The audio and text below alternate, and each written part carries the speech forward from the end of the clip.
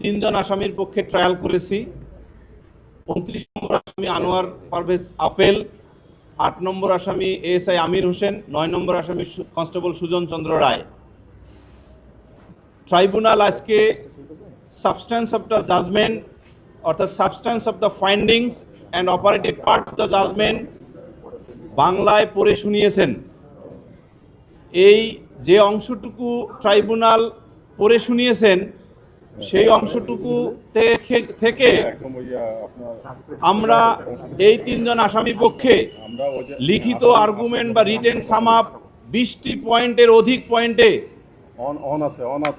Submit করে যুক্তিতর্ক উপস্থাপন করেছিলাম। উল্লেখযোগ্যভাবে যে সকল বিষয় তার মধ্যে হলো যে আবু সাইদের জব্দকৃত গেঞ্জিতে কোনো গুলির চিহ্ন ছিল না, মানে ছিদ্র ছিল না, তার ডেড বডিতে কোনো ধরনের কেভিয়েশন বা গর্ত ছিল না, এবং তার ডেড বডি এক্স রে এবং রেডিওস্কোপিক কোনো টেস্ট করা হয়নি, অর্থাৎ গুলির অস্তিত্ব প্রমাণ হয়নি।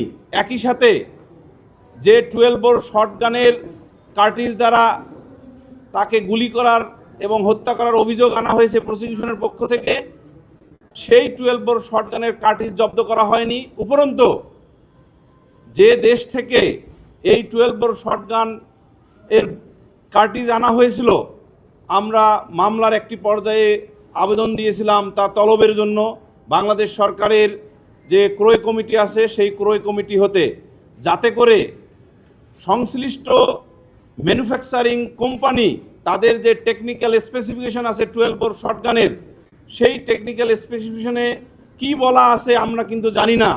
যদি উক্ত ডকুমেন্টে বলা থাকে, অর্থাৎ গ্যারান্টর হিসেবে যে ম্যানুফ্যাকচারিং কোম্পানি যদি বলে থাকে যে এই ধরনের 12 বোর শটগানের কার্টিজ দ্বারা মানুষের স্কিনের কোনো ক্ষতি হবে না বা নন হ্যাজার্ডাস, তাহলে এক ধরনের বিবেচনা আসতো। এই যে বিষয়গুলো সহ 20টি পয়েন্টে যে আর্গুমেন্ট করেছি সেই বিষয়গুলো কিন্তু এখন আমরা জানতে পারবো না।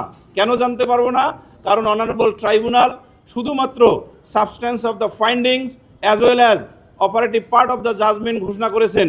সেই operative part of the judgement অনুসারে আমাদের কন্ডাক্টেড 29 নম্বর আসামি একটি চার্জে হাজতবাস এবং হাজতবাসকালীন বা আন্ডারগন, আর বাকি চার্জগুলো থেকে খালাস পেয়েছেন।